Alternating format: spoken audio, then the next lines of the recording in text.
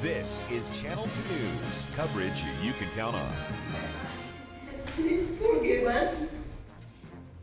An emotional day of testimony in the penalty phase of the Jeremiah Bean trial as the jury listened to the convicted killer's family members. Continuing coverage of the Jeremiah Bean trial tops Channel 2 News at 5 o'clock. Well, as you know, Bean could face the death penalty after a jury convicted him really of 12 counts, including those 5 for first-degree murder. Good evening. I'm Wendy DeMonte. I'm Kristen Remington. Bean murdered 4 people in Fernley, another near Mustang. This was back in 2013. Paul Nelson has been covering this trial since it started, and he joins us now live from the Lyon County Justice Center, where today, Paul, the jury heard some pretty difficult testimony. They did, Kristen, and you could definitely see the effect it had on them. Some of them were even brought to tears listening to the mother and the brother of Jeremiah Bean talk about the convicted killer. An emotional Luz Bean took the stand, sitting across the room from her son, who will either spend the rest of his life in prison or receive the death penalty. Why did Jeremiah did it? I don't know. But all I ask is please forgive us. Don't get that grudge on us because of Jeremiah. We are not bad parents.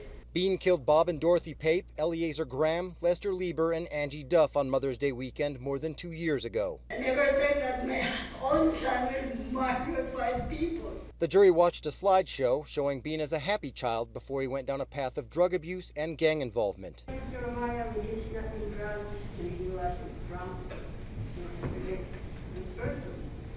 But once he is drunk and had the drugs, he was a different person. His younger brother says he and Jeremiah had a rough and sometimes violent relationship with each other. I love him because he's my brother, but for so long in my life I just hated him. I hated what he did. Still, Nicholas says he would like to continue a relationship with him and hopes the jury will spare his life. I know what he did. I like to see him live and visit him because I was never there for him before.